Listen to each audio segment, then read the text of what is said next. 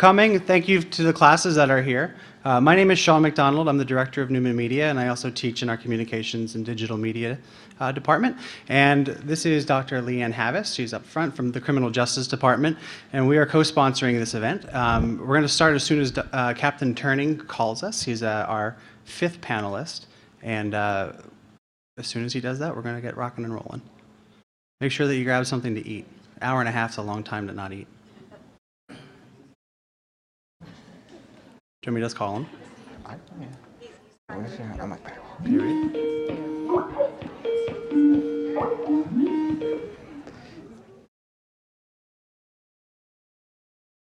Hello, Captain Turning. Hello, can you hear me? Yes, can you hear us? Yeah, I can hear you. Beautiful. All right, let's get started.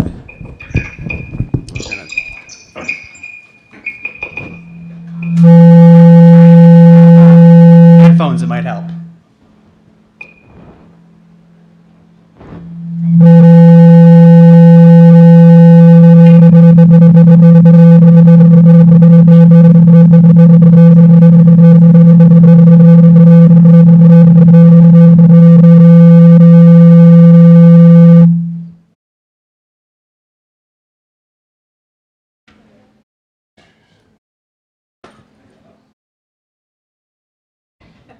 Technical stuff, right?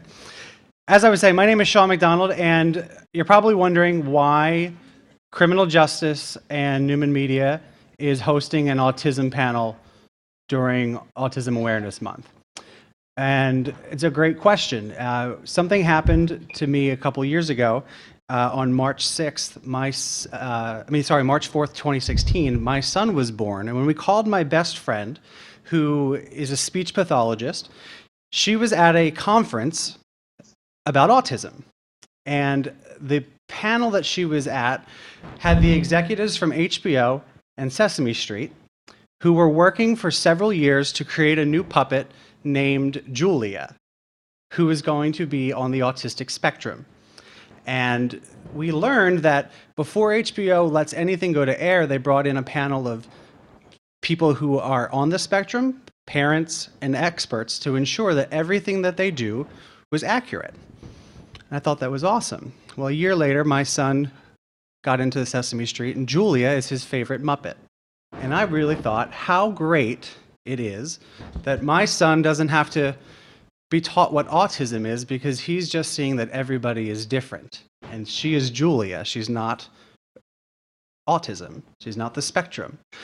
And that really got us thinking and talking about how things are portrayed in the media and how really not everyone knows what autism is. So we gathered a panel together of people who can really help educate us to break stereotypes, break the myths, and overall just give us a better insight as to what the autistic community is going through and how we can work to help raise awareness and better everyone's understanding. So I'd like to introduce our panel. Over here on the far right is Danielle McNichol. She is the General Counsel for Neumann University. Dr. Marisa Rauscher, who's in our Education and Human Services Department. Captain Jerry Turning. Jerry, I'm going to let you tell your story because I haven't had a chance to talk to you. Now? Yeah, why don't you, real quick, just tell us what you do. I'm a captain in a small police department in New Jersey on the Jersey Shore, and I'm also a proud dad of a little 14-year-old fireball named Eric who has autism. Right here is Josiah Blodgett. He's a senior in our communication and digital media program. And to my immediate right is Dr. Tammy File, who also teaches in the Education and Human Services Department. So welcome to everybody. Thank you. The way that we're going to do this, it's going to be very interactive. So if you have questions, we want you to ask them so that our panelists can answer those questions. And we're going to let this just be a free-flowing conversation. But where we're going to start is, what is autism? So I'm going to pass it right to our two experts here, Dr. Rauscher and Dr. Fine.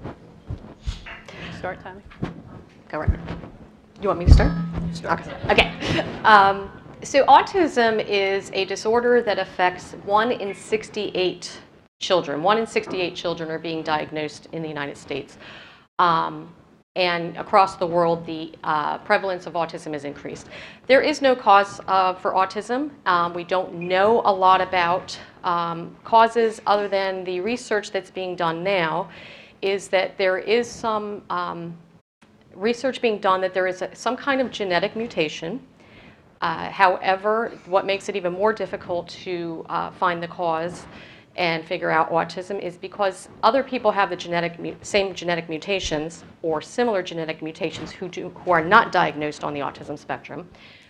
So the thoughts are that there is a combination of genetics, environmental factors, and other factors that could play into it. They're thinking age of birth parents, that hasn't been definitively figured out yet, but also things like premature, low birth weight, and things like that. So the prevalence has gone up across the world, but especially in the United States. Centers for Disease Control, 1 in 68 children are diagnosed, and it covers all races, ethnicities, cultures.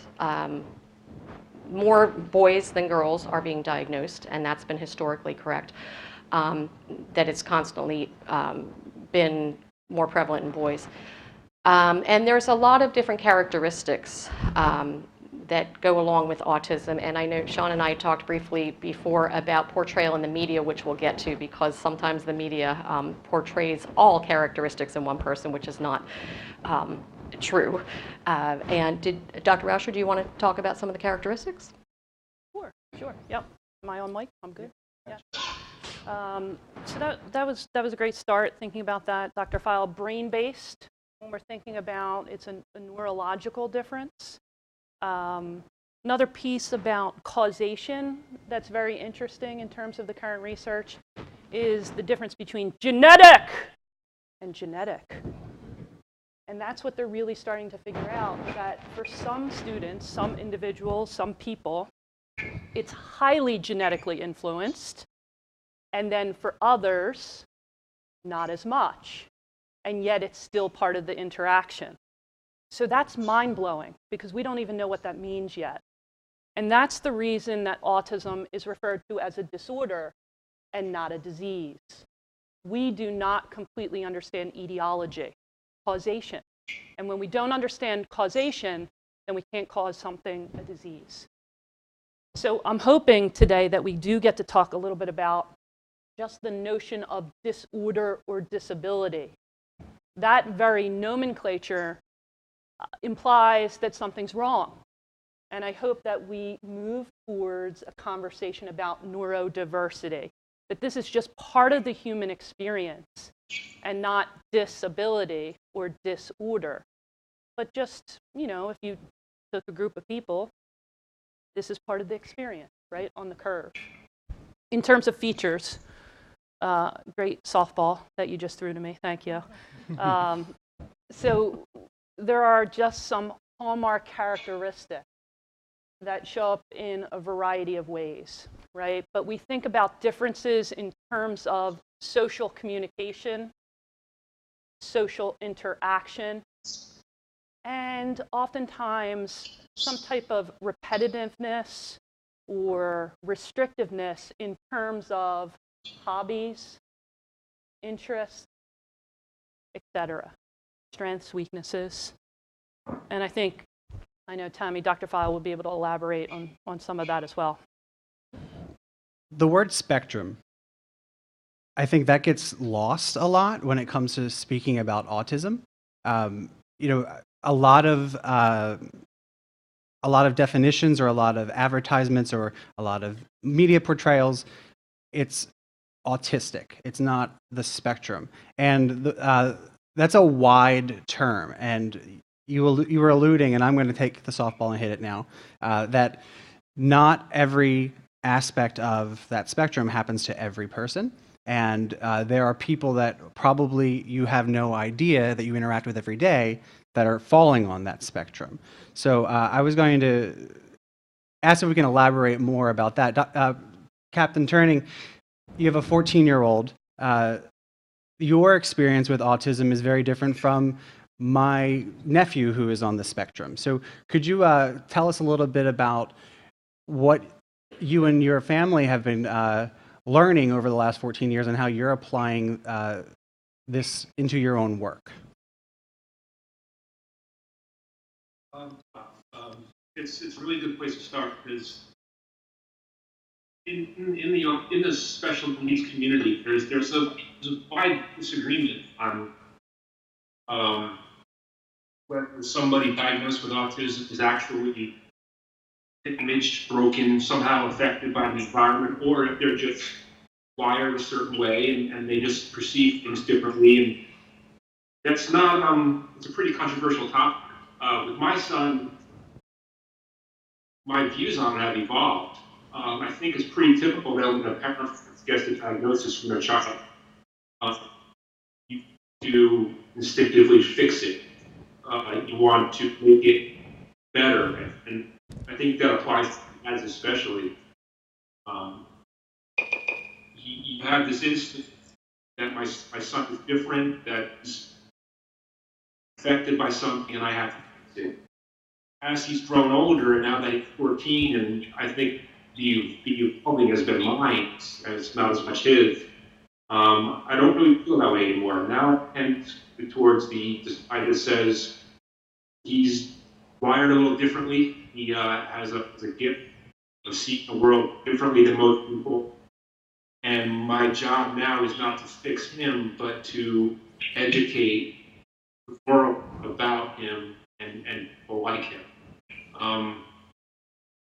And I think my story, my evolving, is kind of typical to most parents who deal with this curveball thrown at them and then kind of change the way they view what's been given to them. If that makes any sense. It does. Can you let everyone know a little bit about what you are doing in the world of criminal justice when it comes to the autistic community? Yeah, it became very apparent to me pretty quickly that I straddle two different worlds, and I'm a part of the police world and the criminal justice world that I love. I'm also a member of the special needs community that I love, and I realized that our two communities don't communicate very well, and it became very clear to me pretty early that a lot of the police officers who work with me, for me, have a misunderstanding, or there's a lot of myths and lack of understanding about people on the spectrum for my son, and it kept it dangerous. A lot of the behaviors that people on the spectrum display kind of mimic behaviors that were taught in the police academy. They show intoxication or drug impairment or some kind of mental illness. And unfortunately, the strategies they give us in the police academy can actually be harmful to people like my son who are not intoxicated and are not mentally ill, but have a disorder that needs to be handled a certain way. So I realized that it's pretty scary as a dad to know that my son may come into contact with a cop who works for me, I call a brother, and that contact won't go bad. So I kind of made it my passion to educate police and everybody who listen to me about what I learned from my son and people like him, to do the best I can to, bridge this gap that exists. And it does exist, and we have to acknowledge that and try to make things a little better. Josiah, I want to have you tell people a little bit about yourself. Hello everyone, my name is Josiah Blodgett. I'm a senior here like Sean introduced, and I've been diagnosed with the autism spectrum since I was 3. It was only 11 years ago that I found out I legitimately had it. I didn't think anything was wrong with me. Living on the spectrum is very, very interesting. There's like sides of my personality, like especially big crowds like this, I would get really nervous. Like I was helping Sean do the president's inauguration, And when there's so many people in an area, I like shut down mentally. Like, I do not work well with big crowds of people. And even when sometimes people say hello to me, it feels weird because it's like, if it's someone I'm really comfortable with, like my family or someone I'm really comfortable with, oh yeah, you can say my name. But when someone says, hi, Josiah, I'm like, back off. It's like I created like a cage for myself sometimes. And it's been like, I've been through so much in my life dealing with it, having the autism spectrum. When I was in high school, like I really thought it was God's curse on me because I said like, oh, why couldn't I have been regular like all of you who's probably in this panel right now? And it's just been an interesting journey. I'm very sensitive to things.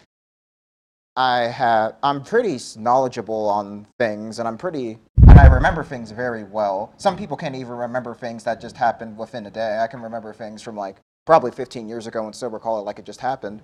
And it's just been an interesting journey for me and my family. Can we get back to the spectrum? Yes. In my classes, my autism classes here at Neumann, I try to impress upon the students that there are more similarities than differences with people on the spectrum, of course. They're more like us than different. But the saying is, if you know one person with autism, you only know one person with autism. And I'm going to switch to the social media thing and the media thing. You know, the movie Rain Man, well, many of you are young, but some of us older folks who remember Rain Man as a really good movie. But that was really one of the first media vehicles that came out even having an autistic character in it. And Raymond in the movie, played by Dustin Hoffman very wonderfully, he had very many of the characteristics of autism, and they were magnified to the nth degree. So the movie, although it was very well done, and it was a great movie, and you saw a lot of other things like the changing of feelings and viewpoints from a family member, about having a brother on the spectrum. It was really overdone as far as the character went. Many people on the spectrum, everybody's different. So they may have different characteristics, but the degree of the characteristic is very different. I mean, Josiah is sitting next to me now, and he certainly does not portray anything that would be different than any of us, other than what he explained. But then you look at Raymond in the movie, and he was clearly different. They made him up to look different. They made him up to act very different. And I worked at the Delaware Autism Program and worked with more severely autistic children. And one of my girls had a lot of aggression and used to have meltdowns in many places, including the middle of the mall and things like that. She used to beat me up on a regular basis. It wasn't a personal thing. She had no control over her life. So I think the only control she had was somebody who was smaller than her. But that's extreme. And there are people on the spectrum that have that. And then there are other people on the spectrum that as Sean said, you don't even know that there's any difference. So I think sometimes the media overplays it as, that everybody with autism acts a certain way or has these extremes in behavior or things like that. But it's just not true. And there's more often people that don't have those characteristics than do. So the spectrum is definitely a spectrum from very mild with things that we may not even notice to pretty severe issues and characteristics that they have. And I think because of things portrayed in the media and the things we see on the news that are sometimes very negative, the misconception is that people on the spectrum are gonna, have a meltdown or get upset about something. And that's just not true. There's more often than not, they're just people like us. I want to touch a little bit further about Sorry. the stereotypes, but I also want to make a comment about media. I feel that how many of you watch This Is Us? Okay. How many watch the show by the same creators called Parenthood? In that show, there was a child who was diagnosed with Asperger's, part of the spectrum. And when we go back to when Rain Man was made to when Parenthood started to now with Sesame Street, look at how much more research has happened, and we've seen the portrayal evolve, right? So if we were to show Rain Man today, yeah, it's really going to be a bad example. But at the time, the research was not nearly what we have. So I feel that the media is trying its best to do good, but I think that I'd like to talk about the stereotypes, right? So there's certain things that when we hear autism, when I say the word autism, what's a word that comes to your mind? Quiet, okay. Which could be one. No one? Communication. Introvert. Lack of emotion. Social skills. Can we talk about some of these, especially with our panel? Yeah, I'm thinking about some of the things that Dr. File mentioned and some of these stereotypes that are coming out. I think that it's helpful a little bit to think about these characteristics. If you're experiencing the world and your hardwiring allows you to take in communicative information differently, read nonverbals differently, feel textures differently, experience sound differently, right? All of these things then impact behavioral choices, right? So a lot of times when we have this notion or stereotype about triggering meltdowns, asocial behavior, it really helps to understand that this might be a person who's experiencing that differently than you. And so maybe it's normative for us to make eye contact, to acknowledge the humanity in one another. But that might not be the experience of another person. And we interpret it through our own lenses, right? Loud noises, right? The feelings of different clothing, if you have different clothing on any given day, can allow a student, a person to experience discomfort, displeasure. And I think that in film, in the media, oftentimes we like to hook into what's different and focus on that. That's intriguing to us. That's novel. We also can think about that in terms of the media when we turn on the news. What happens in any given day? What is showcased? That which is bad, right? There's some intrigue to that. That's what sells news, and that might be what sells those things that we read in books and those things that we see on the TV as well. That did not address, though, Sean, any of your point about evolution, which is the flip side. Having more awareness, understanding that we are such an amalgamation of people and understanding and experiences.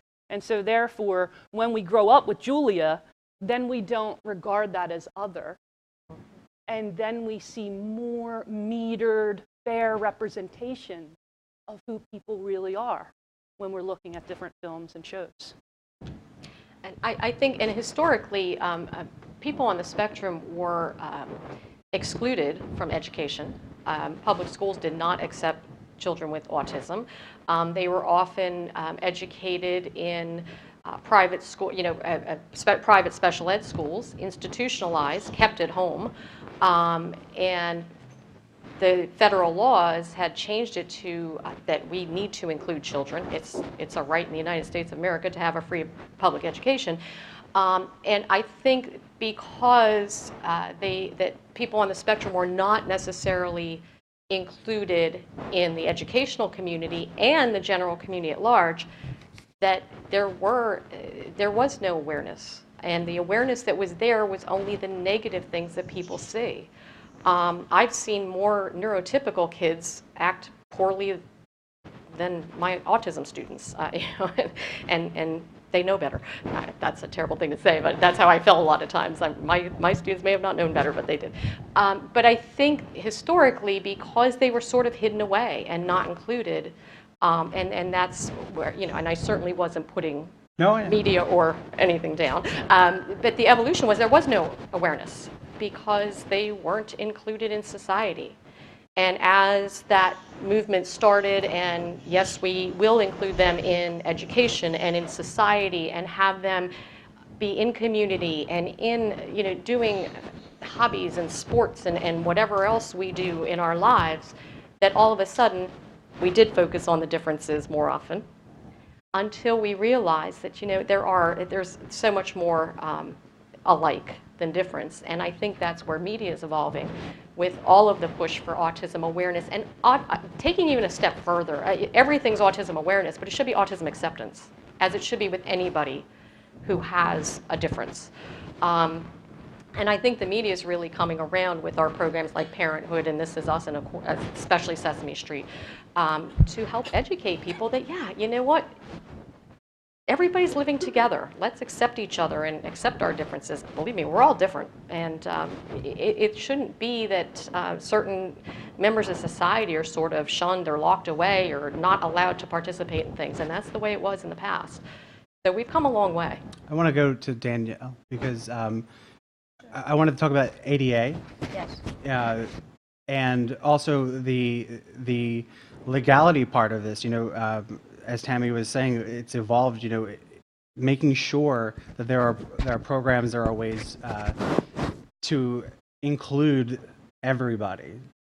Absolutely. So to sort of dovetail on the points that you were talking about, the Olmstead decision, which was, and I just want to make sure I had the right date, of 1999 was the U.S. Supreme Court case that held that unjustified segregations of persons with disabilities constituted a violation of Title II of the ADA, which is the Americans with Disabilities Act. And that held that public entities must provide community-based services to persons with disabilities when, one, such treatment was appropriate, two, the affected persons did not oppose community-based treatment. And that's an important one. I want you to think about that when we're talking about that. They don't oppose it. And three, community-based services can be reasonably accommodated, taking into account the resources available through the public entity. So what that was the Supreme Court came down and said that the Americans with Disabilities Act allowed and required, finally, that everyone was treated fairly and equally. Okay? That's really what the bottom line is of that. So the public education funding, the public housing funding, and some of the funding as it related to health and human services became very specifically allocated to these particular groups and entities. And people on the spectrum were included in that, where otherwise that had been sort of an issue prior to that time. So what happens with the Americans with Disabilities Act and the Supreme Court from there has really been, on the federal level, trial and error as far as hopefully increasing funding to fund the specific programs for those folks that are on the spectrum. There's also been more state funding that has been provided for individuals that are on the spectrum, but that continues to be a challenge. One of the important pieces of the case, however, and this is one of the parts that I kind of want to talk about from my end when we talk about this, is that there seems to be, and we've talked about it, there's a stereotype, but there's also kind of a stigma some people feel about disclosing that they have autism on the spectrum. Okay, and that's either as a student, a minor, it could be a college student, it can be an adult. And so one of the things about the funding, of course, is it's not provided to you if you don't want to accept it, right? So that's the first piece, and I'm hopeful that individuals, and as we change, as we talk about the stereotype in media, as we talk about how we change our nomenclature, how we start to understand more, we're able to further appreciate and allow individuals to come forward to talk about how they may be treated in society. 7 times more individuals that are on the spectrum will run into encounters with police officers than those who do not. Now, what's important about that, and respectfully, I would love to hear your thoughts on this as well then too, is that officers don't realize when they necessarily approach an individual that they are speaking with someone that's on the spectrum. And that individual on the spectrum may choose, number one, not to self-identify, but also, number two, may not feel comfortable identifying. Or be able to communicate. Or to be able to, well, absolutely, to acknowledge, and even based on the circumstances, be able to be responsive. And as a result of those types of interactions, there are more arrests, there are more, which then can lead to additional incidents that occur, and I could talk about some of the stories about that. But what's important about that is there's an opportunity now that a lot of police departments and a lot of social service agencies are providing. And this is something that I'd really like folks to think about, and that's a registry. There's a voluntary registry for individuals that are on the autism spectrum or have similar issues that may be more likely to either be involved in incidents for incidents of, flight, or other types of issues that the police may be involved.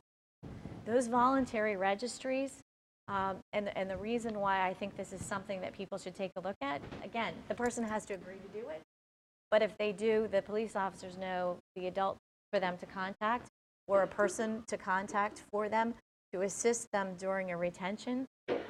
It may quickly resolve the issue for the person and diffuse a situation that otherwise may be very troubling to someone who's on the spectrum that may be detained. Captain Turney, I think Captain, yeah. I'd like to send it over to you about your experiences in the field based off of what Danielle was just describing about interactions officers have and the type of resources that are available or maybe not available to educate everybody. Now, you're doing things not just out of the kindness of your heart, but because you're directly attached to the community. Not every police department across the country has somebody that's like you. So what could you share a little bit about what you've seen, how you've seen it get better, and what still can be done to help the community? Well, yeah, you're seeing more of those types of databases springing up, and I'm really proud of you. We just lost your mic.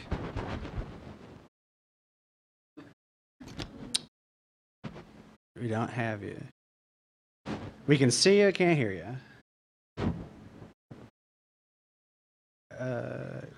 Well, at least you're waving. We've got that much.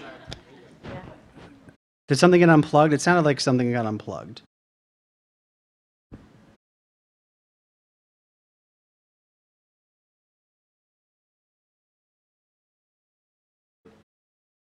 Jerry, I'm not opposed to calling you and putting you up to a microphone through a cell phone.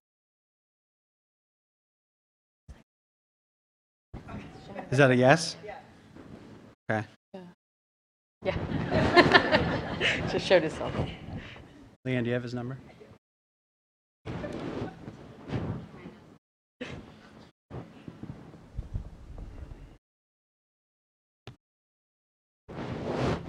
Let's do that. Okay.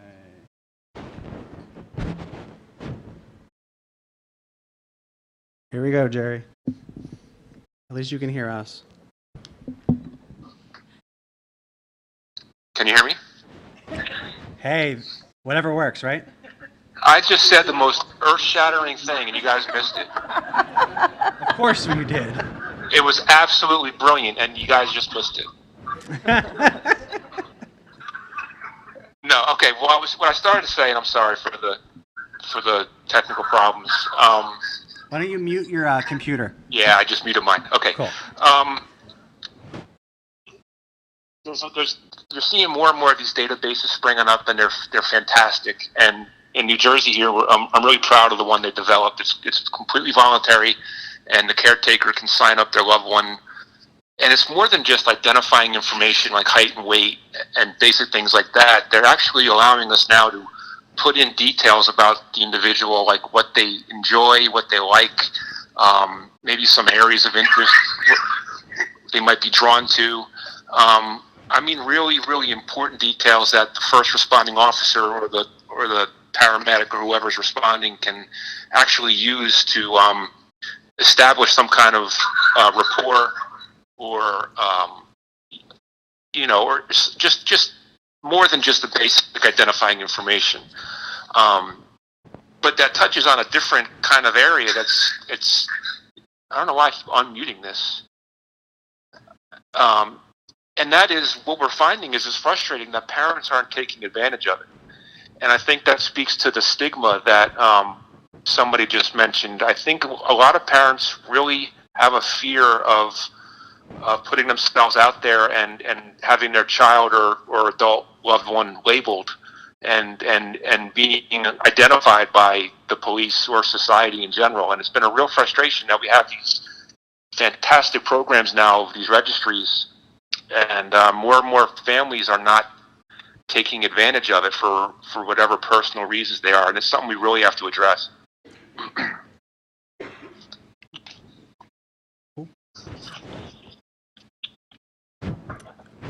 Yeah. Yes, we have a question for you, Joey. It's Leanne. So one of the things that you occasionally talk about when you talk about the best research about how to deal with and use potentially troublesome situations and encounters with the police is to ask the parents, ask the caregivers. They're really the. Could you speak to that and maybe give a couple of examples of things to look for and on those? Yeah, it's pretty interesting. Police they somehow have this mindset that they have to be the expert on the scene everywhere they go, and they have to know everything and get control of the scene. I understand where that comes from, but what I try to when I train officers, I try to get them to understand that when they go to a scene and there's somebody on the spectrum that they have to communicate with or somehow get calm or cooperative, they're not the expert. And usually there's a caretaker, whether it's a parent or some other guardian there, that knows a lot more about that person than the officer does, no matter what kind of training they've received. And it's that kind of getting the officer to change his mindset that if you do a little bit more listening and a lot less talking, you can get a lot further in these situations. Also, when you go to a house when there's some kind of emergency call for a police officer, there's clues everywhere in the house. If you come into my house, there's Sesame Street pictures all over the place, and there's stuffed animals of Sesame Street, and there's little Lightning McQueen cars and things like that. There's clues there that even if the person is nonverbal or not responsive or not cooperative, if you look around and you keep your eyes open, you can see a lot in that person's environment that makes them tick, and that may be the key to gaining a little bit of rapport and understanding and cooperation from that person. All of this sounds logical, but believe me when I tell you, it's a different mindset for a police officer to teach them those kinds of things and get them to grasp it and understand it. I actually want to talk a little bit more, not just in the police aspect of this, but when we as a society who may not know much about autism or the spectrum hear that somebody is any way different from us, we do our own internal things, and we make decisions about how we should communicate with somebody. And Josiah actually had brought this up to me when we were preparing for this. Josiah said to me that people change even like the tone of their voice when they talk to somebody. Josiah, tell us a little bit about what you meant by that. When I was in middle school gym class, when I would play sports, I was very a competitor, so I would like throw hissy fits if I would get out or throw something if I didn't complete it right. And then they would say, "Good try, Josiah," like I'm 6 years old, and they didn't talk to anyone else like that, and that really, really bothered me. It's like you're not talking about him like that, but you're talking to me like that, like I'm some little child. I want to bring it back to educating the community here.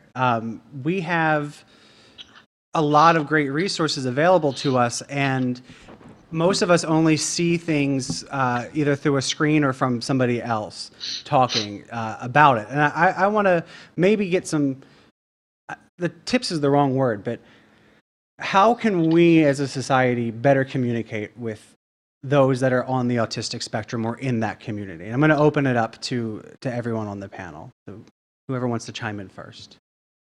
Well, you just have I to got say, one. I didn't mean to cut you off, Captain. Well, you just have to say, we're just like anyone else. I have a driver's license. I've been on a train before. You're graduating in 3 weeks. Yeah, I'm graduating 3 weeks. I don't want to talk about that. And we're just like anyone else. We don't need to like put labels. That's like me telling someone that they can't do something because how I perceive something. Everything is very complex. Like there are some people who can't speak at all, and then there are some people who are like me who can pretty much function very well in society. Captain, you had an example. Yeah, I don't know if you guys have heard of Carly Fleischman. Have you ever heard that name before? There's some nods around here, yeah. Yeah, Carly Fleischman, she's kind of a rock star in our community. She, real quick, she's on the autism spectrum. I think she would agree, severely affected. She's nonverbal. And I've seen interviews, and I've actually talked to her brother.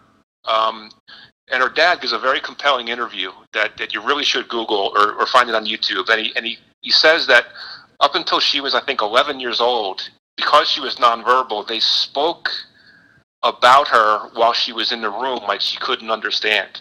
And the family would have these conversations, and these very intimate, personal conversations about her, disability, and they spoke to each other like she either was an infant or wasn't there. And when she was 11 years old, she realized that she could communicate through typing. And turns out that they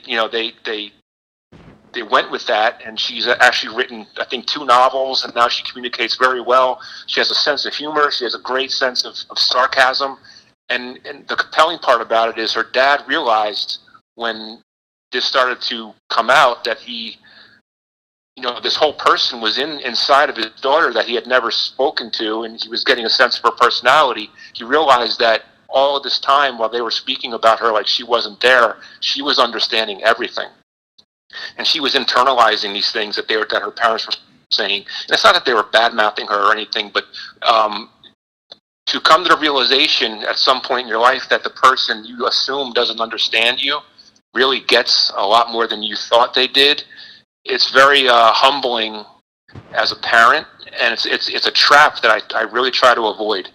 And it's a larger lesson if you're looking for quote unquote tips, is presume that these people understand a lot more than they're able to communicate, and don't infantilize them. And like Josiah said, they're just like us. They just might have a limited ability to communicate, or maybe a different way of communicating, but they're fully able of being insulted and being embarrassed and getting angry about it as anybody else. Every I think 2 or 3 years, HBO airs a special, and it's called The Night of Too Many Stars, and it's about autism awareness. And this past year, they highlighted Carly, and she's got a podcast. She interviews movie stars, and she has such biting humor that you can't even believe it.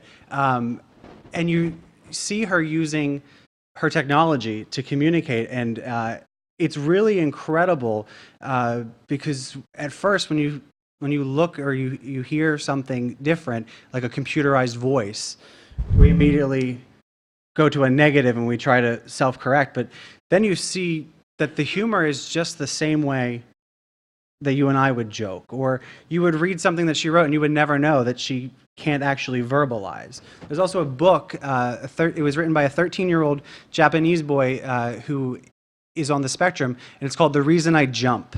And I don't know if anyone's ever heard of it. If you have not read it, you should. This child was able to finally show that he is understanding and he can communicate, and he learned how to write, and he actually goes in and tells you everything that he is experiencing, and he remembers things, or he remembers the sensation of something, or why something bothers him because it's too loud. It's really breaking everything that we all just assume right away. and I kind of wanted to keep going on some more of these experiences and breaking some myths. But I think, people don't understand that just because someone's nonverbal does not mean they don't understand, like Captain Turney said and Josiah said. But, and again, diversity. Diversity is not a bad thing. It is not a disability. It's just different than maybe who we are or what we think. So I think just understanding that just because someone is nonverbal doesn't mean they don't understand you. You don't have to yell at them. You don't have to raise your voice. You don't have to talk slower. And if they communicate differently does not mean that you have to raise your voice or talk to them differently or treat them like a young child. It's just a difference. And we all speak differently. We all have our differences. And I think that's just acceptance of that. That, here's Josiah, and I mean, he's graduating and he's up here talking about, his life, and what did he say? He's just like everybody else, and he fits into society very well. No one would have an idea that there's any differences, other than maybe what Josiah feels internally about the way some people treat him. So in this world of diversity that we're talking about here at Neumann, I think disability or disability difference and diversity is just as important to accept as racial, religious, whatever. We just have to be understanding that different is not bad, and we shouldn't treat them like less of a person or like a child because of it. One thing along those lines that I think is maybe just coming to some acceptance of our own experience in it. I'm thinking about in our higher ed community, and I think this works well, just going to greater communities. I think sometimes we experience discomfort. We are uncomfortable in some regard with some aspect of a person's personality or communication style or behavior. And so it's just a matter of being here, talking about it, being interested. And sitting in that discomfort and understanding the complexity of who people are. And then specifically a tip that I've had to learn is asking somebody, what works, what would be helpful, in terms of thinking about myself as a teacher. How are you experiencing this? What would be useful? Finding a mean or mode of communication that is comfortable and successful. And I think we do that all the time. I was in a first grade class last week, and the whole class was asked, they were on this carpet, and they were asked, what does infer mean? This is a first grade class. What does infer mean? And one little dude raised his hand up, and he said, infer means when you have an animal that had hair, fur, and doesn't have it anymore, and now the animal is growing it back. Infer. And so as I experienced that initially when I was taking in the story, I honestly didn't pick up. I know it seems obvious now. I'm like, where is he going with this? And I think that's what we do with people, if we can sit in it. Now this was, I'm only talking about seconds, but sit in it and just try and take some perspective. And if I didn't get his connection to being infer, ask him about it, right? Seek out some information. And just to piggyback on that, and this is a personal thing, it's not about autism, but my husband has MS and he's disabled, and he's always told me it upsets him more when people just look at him or give him the pity stare or something like that. He would rather them come up and ask him, what are your difficulties? What do you have? Why can't you walk? Why can't you drive? Things like that.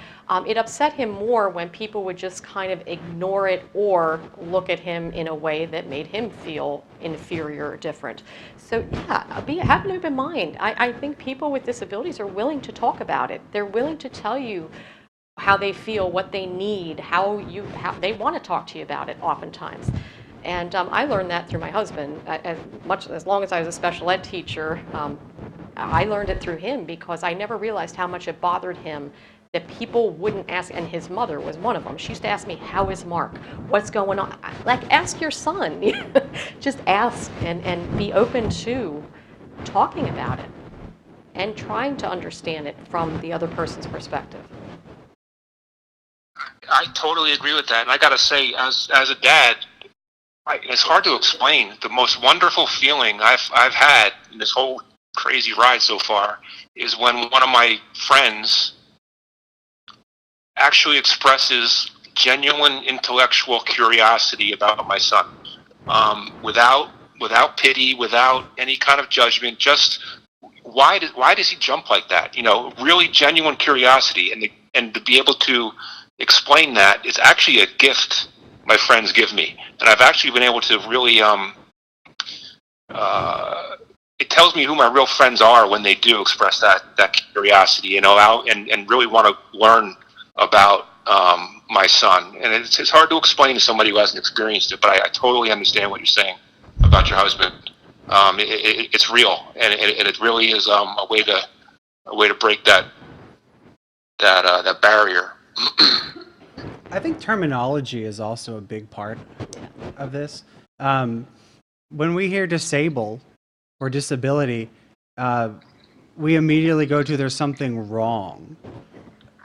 And I'm wondering, Danny, on the employment, the legal aspect of this, you know, terminologies, they matter elsewhere. definitely do. You know, they matter, but what I mean is our understanding of them, Sure. I think, needs to be better defined. Sure. So if I can sort of talk a little bit about what we were just talking about and piggyback on my comments earlier, if I would have a tip for everyone, I think the tip is to have the individual that may be on the spectrum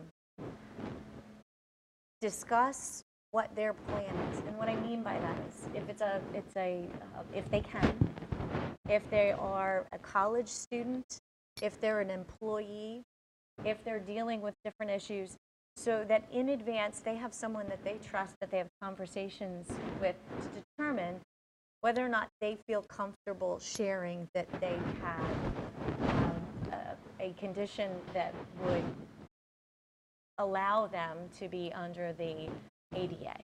Okay, so what I mean by that is, not everybody, we talked about it earlier, right? Not everybody wants to talk about the fact that they have a disability. They think there may be a stigma. That's not just the high school student, the college student, but that's the employees as well. So respecting that there's a genuine interest to want to understand the condition, what I'm going to tell you now from the legal hat is you can't do that, okay? You can't just walk up to somebody and say, hey, you got a problem, you know, tell me about it. Legally, you can't do that, right? So to take it to the next level, even as a professor here at the university, and you perceive, the university individual perceive that a student may be showing signs that they would be on the spectrum. There are recommendations to go to the Learning Center and ways to have that evaluated and making recommendations to that student. But as a faculty professor or as an employer, you don't have the right to ask that question, right? So legally, you don't have the right to go up to someone and say, you know, that would be like somebody saying to me, I don't like the color blue. What's wrong with you? You're wearing blue today, right? So you really don't have the right legally to do that, either as an employer or as someone at a university. But that being said, there are a lot of different ways for a university to work with students, for professors to work with students, and for employers to create programming and opportunities for people to self-disclose. And I think what is so important about what I'm trying to say in that, and so I just said all that negative stuff, right? I just said, okay, can't do.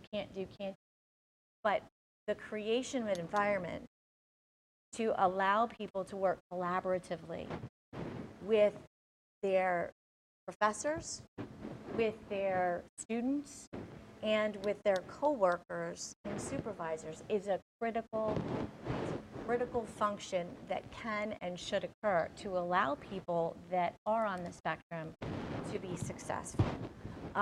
Statistically, and this is one of those issues, 50,000 Americans with autism enter adulthood each year, and 1/3 of them attend colleges after high school, per Autism Speaks. Fewer than 20% of the college students with autism graduated or were on track to graduate within 5 years, and that was an A.J. Drexel Autism Institute report. And the highest reason that was implied, though I don't think statistically finally determined, 37% of the young adults with autism refused to disclose their autism to the college or university for fear of a stigma. And so again, I go back to my tips or points, creating a culture that allows for students to feel comfortable having a conversation, to allow them to have an accommodation or some kind of provisions to assist them, both in the college university setting and also in an employment setting. So Joe Glass and then Janelle.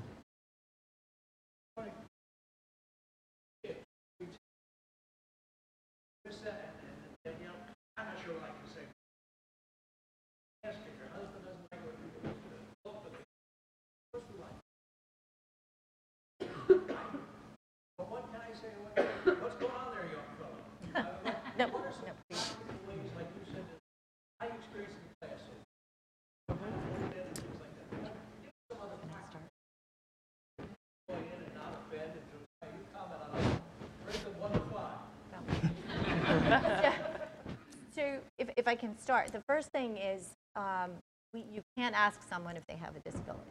Legally, you're not allowed, okay? But recognizing the specific issues that were mentioned, how are you doing in class?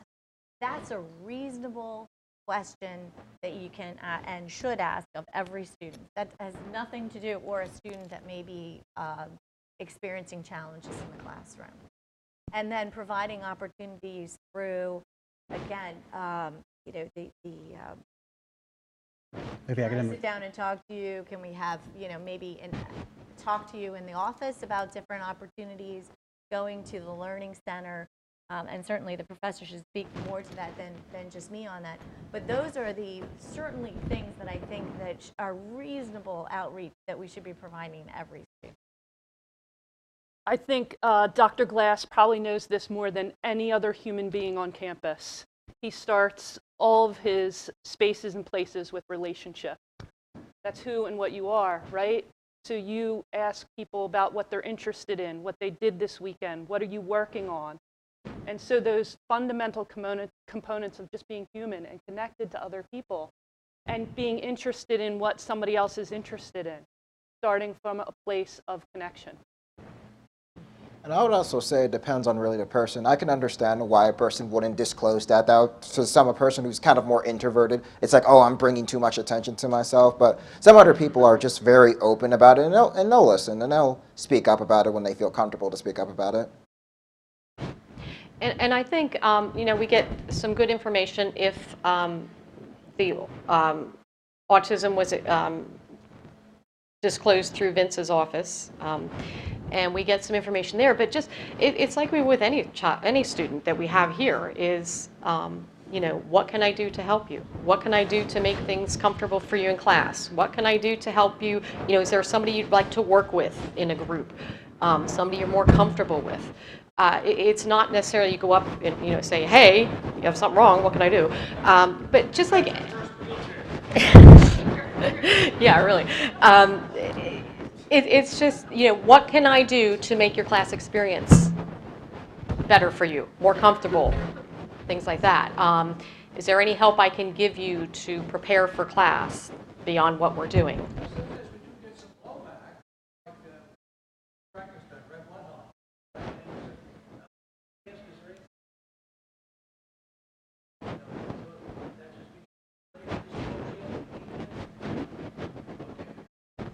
Yeah, I don't. You shouldn't push it. If the person's not willing to discuss it, then that's probably not going to be an effective way of handling it to keep pushing it. So I would kind of back up a little bit.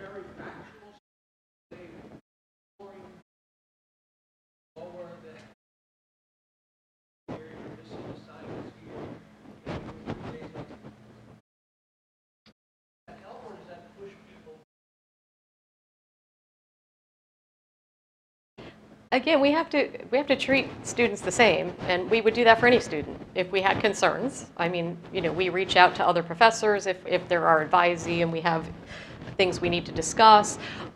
We reach out to the student, hey, I'm concerned because you didn't hand in XYZ or you didn't finish this assignment or whatever. Again, more alike than different. We need to not think of it as a different thing, as how we would reach out to any student. I think personally, our students that are here at Neumann, academics is not going to be the main problem. It's going to be classroom climate and socialization and joining group activities and things like that may be more uncomfortable, or something that they're not, is willing to jump right into. And that's the area that I think the most that we should be trying to reach out, like, how can we make this a better situation for you? How can we make this more comfortable? If they choose not to talk about it, then that's what it is. But academically, it shouldn't be any different than any other student that we work with. Dr. Abnett. I think one of the things that start with the aspect is that, and I think one of the things that really science is so we find a way to design your lessons, your syllabus, your offices, anything that you have into person. So if you think that, or if you know, or if you have so you're asking, have options for your assignments. So if there's a group component, make sure that there's an individual piece that can be added on so that bumps that grade up. I'm not saying that they don't do a group project, but don't make it so encompassing that without being able to do that, syllabuses should be laid out as, universal design. So there's, different aspects of ways to access the material, different ways for them to show their knowledge. I know Dr. Biles turned me on to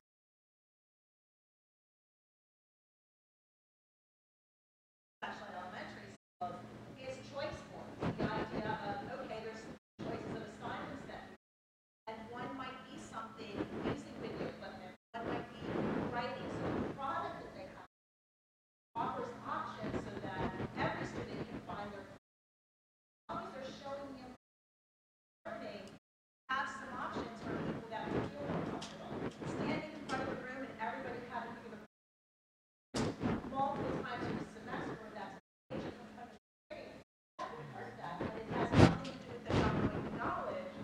But the same way as a person that has test anxiety and sitting down with just a midterm final. So we have to make sure that by learning styles and universal design, that we're taking in everyone's different ways of perceiving information and reproducing product out to knowledge as opportunities for everyone to bring.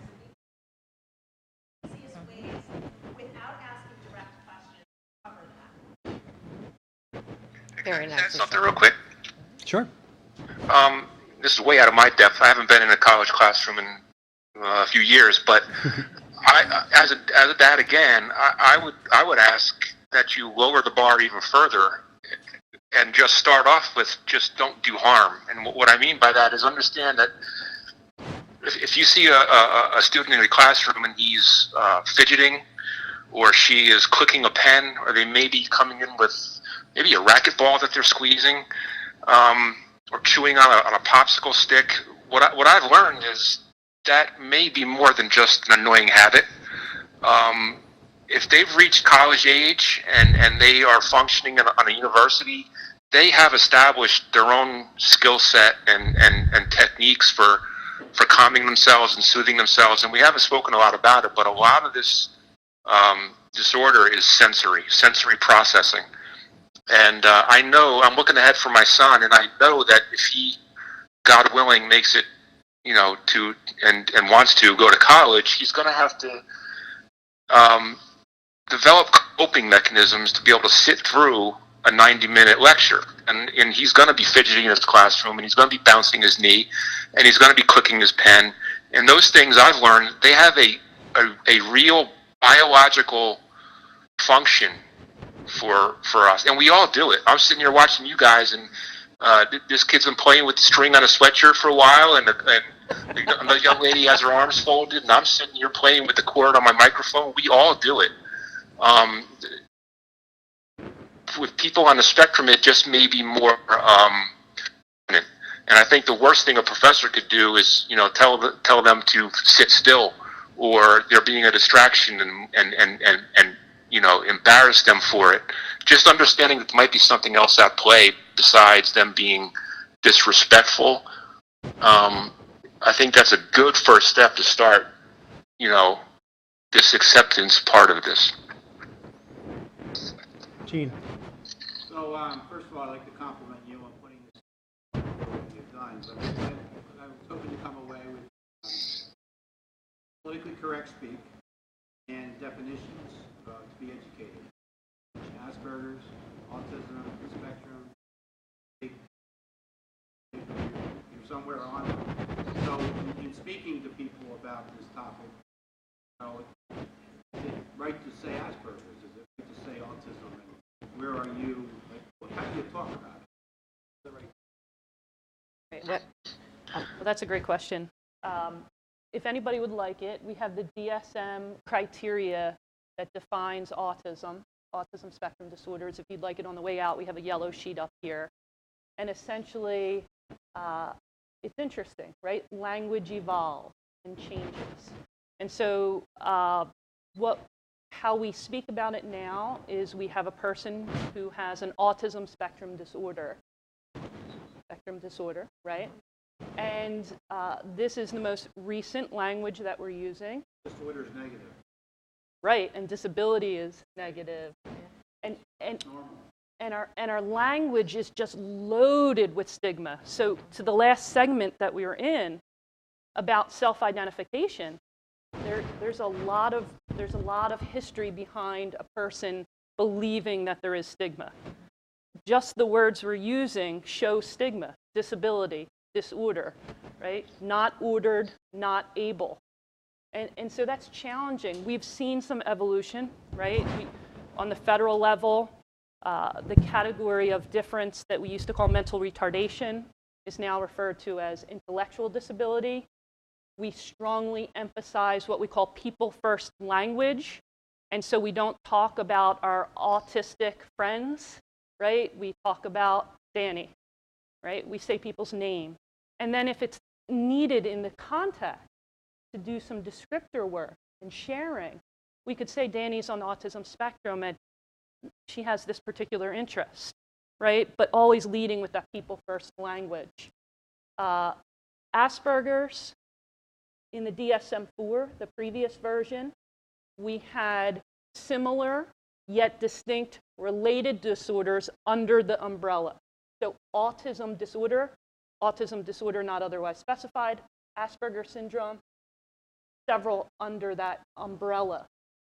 The new DSM, autism spectrum disorder, that's the entire category, and it's characterized by individuals who have differences in social interaction, communication, and those repetitive interest behaviors, pursuit, right? And that is essentially the defining features of the definition. But the people-first language, the belief maybe that language does have power, that how we say things matters because it really represents how you think and feel about people. Just acknowledging that is I think, a place to start. Follow-up question is the signs it's higher than anxiety? Yes, it's comorbid, yeah. Is medication now in the world coming to bear on that, or is that a political topic we don't want to talk about? Well, I have my issues with medication, and especially in younger kids. These medications were not made for children. So I think medicating children is not a good thing. But there's other things we could do besides medication. Like Adam Turney said, somebody who has a fidget, what we call, I know fidget spinners are a big issue, but I'm not talking about those. But when I taught in the inclusion classroom and I had children on the spectrum, I just had a whole drawer full of squishy animals, like stress balls. We used to call them stress balls when they first came out. And if I knew one of my kids had that anxiety going or that thing, I'd just hand them one and they'd sit there and squeeze the heck out of it, And And there are other ways, and that's not the only thing, but there are other ways to do it, but to deal with it and to help them with it, because it is a need. And I believe, we talked about, coming in with, chewing on a popsicle stick or clicking the pen. Yes, I know, it's something that may make us crazy, but they need to do that. There is a function to that. It's usually, but it's, students should be paying attention in class. It really is not disruptive. I don't think it is. I mean, I've worked with a lot of kids I've had multiple children doing things in class, and it just doesn't seem to be disruptive. But back to the person first language, I just leave the disorder off it. Person's on the autism spectrum, and then we don't have the whole negativity. And one thing I learned when I was in graduate school is the difference between a disability and a handicap, and we have handicap all over the place, handicap parking spaces, handicap everything. A handicap is when you have a difference or a need, and you allow that to stop you from living your life as a typical person would. A disability is something that is different for you, or that is challenging for you, but you continue living your life and you overcome it in ways that you can. So from learning that and from living with my husband and telling him that, and now he tells everybody like it was his idea, that's okay. I understand the terminology, disability, but I don't think of disability as being absolutely negative because of that focus on the language. That handicap stops you from living your life. Disability is something you can overcome and continue living your life. It's just something that you need accommodation for, support with, or that you need to overcome. But as far as autism spectrum disorder, I just leave the disorder off of it when I talk to people. It's just an autism spectrum. Dr. Ramirez, and then I'll come up here.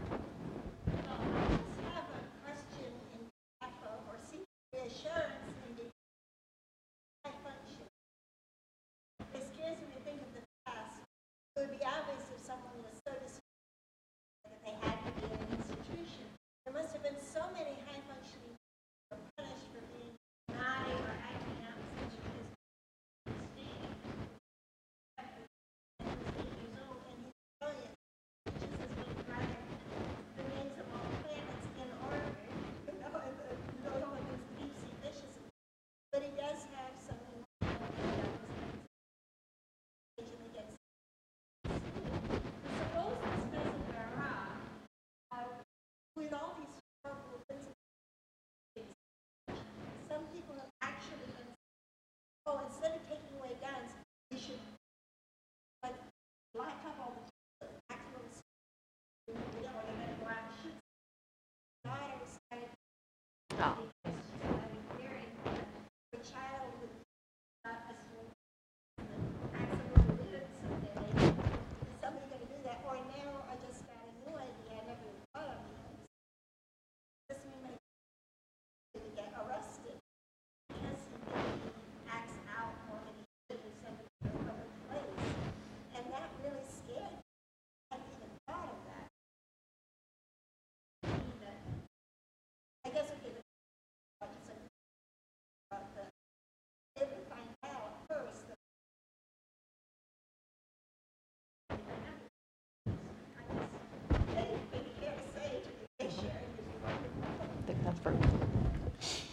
I'm going to direct it to Captain Turning, especially. So I don't know. Could you hear the question, Captain? Yeah. Could you just repeat it? So, in a nutshell, how can police, in particular, give reassurance to those that are on the spectrum or who have family members that are on the spectrum that their child or loved one is not going to be targeted or shot or anything like that because of their behavior or before someone finds out that they are on the spectrum? Yeah. Well, I wish I had some magic phrase to tell you. I can only be honest with you, though, and understand that I'm a dad, too, and I share the same fears that you just expressed. It jars me awake at night. That nightmare scenario where my son is misunderstood or, God forbid, mistreated or injured or killed because of ignorance or misunderstanding by the police. The only hope I can give you, if you take it for what it is there are some of the best people I've ever met right now out there addressing this issue.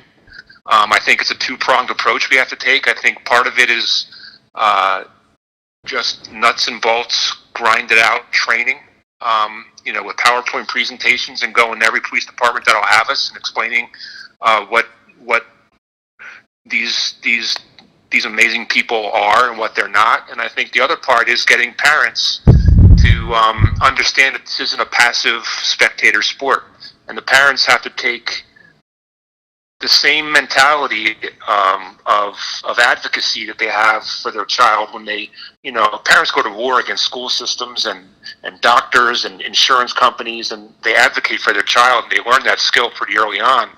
For some reason, they don't take that to their own first responders or police departments, and parents are isolated because of it. And what I preach to parents who will listen to me is, listen, you have to do this. You are the best advocate for your child, and there's no white knight trainer out there that's going to show up to your individual municipal police department and teach them about your son or daughter. You have to do it, and what that means is, on a nice, quiet Sunday morning, while they're in a good mood, you put them in the car, and you go down to the police department, and you introduce them to as many cops that you can get in front of.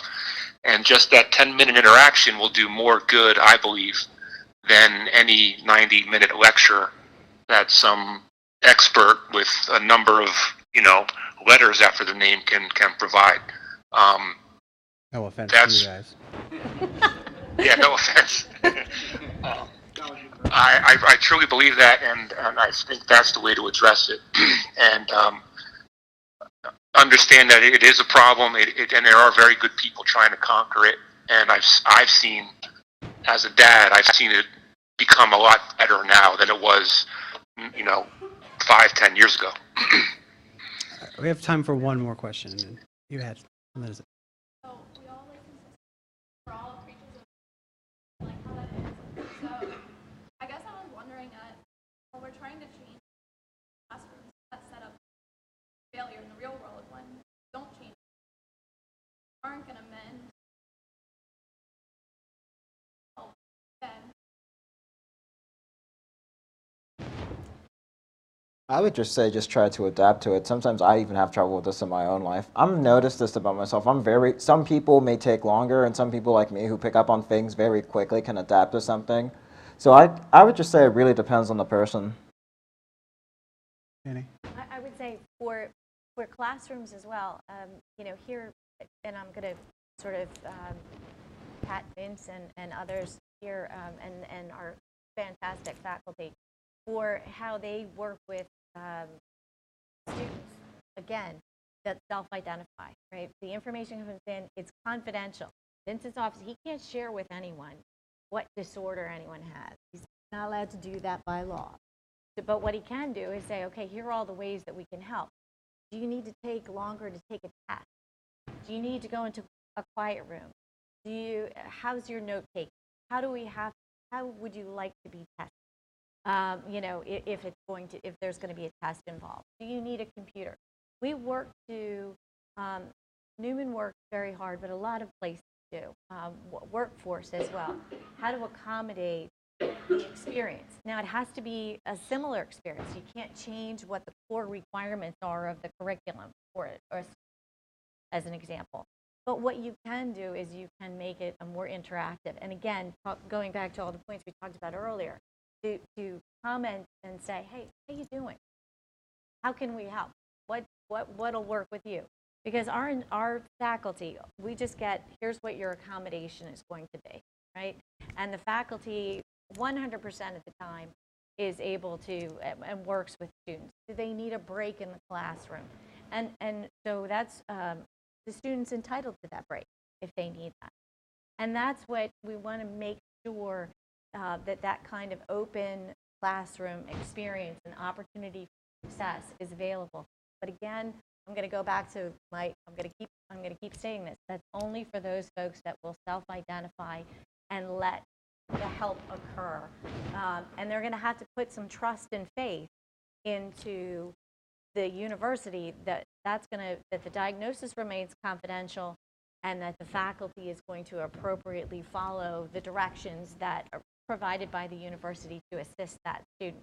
And then to Professor Glass's point as well, that, you know, it's that interaction, it's that personal experience, which we're very good at here, you know, really trying to assist each student, that hopefully will follow in a workplace. But again, it's that required interaction. Sometimes it's that trust, and it's not an easy thing to ask someone to do. So maybe it's talking to that friend or family member first about what that outreach is going to look like to an employer or to a university. And so we continue to adapt and adopt, hopefully, different ways to teach and allow people to experience the message that we're trying to provide, hopefully. But I think that you'll see that's going to continue to expand over time as well. And taking it to a pre-Neumann level, in our public school system, more teachers are trained in working with students with disabilities in general, but especially autism. And we strive to, as being a teacher of students on the spectrum, we strive to help students learn coping skills. As Josiah said, there's things that he's learned to cope with and understand from his perspective that he needs to do some things differently or something like that. So we are helping our students early, by having trained teachers and teachers who do understand the unique needs and learning styles of our students, and helping them to develop coping skills, hopefully before they come to a Neumann or higher ed or go to get a job. And we also have a strong, because of law, we have a stronger vocational training for our students with disabilities who are going to go out into the community and get jobs. And that includes things with how to work with people and social skills, much like we do for anybody. You know, in high school, you think of, you know, the classes that you take, and you see the guidance counselor, and you do career, you know, exploration and things like that. And you know, we do that for all our students. So the educational setting, public education has really evolved to be very open and willing to learn and willing to be trained in how to help our students the best we can. It's time to wrap our discussion up, but I was going to ask the panel to give any last words, takeaways, or advice, or just anything you want to share. I'm going to start with you, Captain Turning. No, I just want to compliment your university. I don't know anybody else doing this kind of thing, and this is fantastic, especially for the law enforcement aspect of it. And keep it up, and I really appreciate you having me. It's an honor for me to be a part of it, and as a dad, I really appreciate it. Thank you. Tammy? I just want to thank Leanne and Sean for putting this together too, because it is so important, and we want to keep the dialogue going. We want to keep the interest continuing, and I just think it's great that you guys had this idea and brought it to fruition and allowed us to be part of it. Josiah? It was a good opportunity to express my story, even though I was very nervous with all these people looking at me. And all these people know me. It's not like I'm not like in a random press room in New York, but anyway, it was a good opportunity to share my experiences with all of you, and it can help you get a positive or different perspective on people on the autism spectrum. Dr. Rauscher? I want to say thanks for being here. Love to talk to more people about it, and I just want to put like hashtag neurodiversity out there. All right, keep reading and thinking about that. Danny? And finally, the same. It's wonderful to see the people that have interests that are trying to learn and trying to change, and to make a difference and to make a change. And it will start with everyone in this room, and it will continue from here. So please continue to ask the questions, to push the issues, and to educate it and understand. Thank you, everyone, and thank you all for being here. Greatly appreciate it. And make sure that on your way out, you take some food. Thank you. I don't get food. Where's my food? I will mail you food, Captain Turning. Grubhub is a great tool. Thanks for having me. See you guys later. Thank you, Jerry. Bye.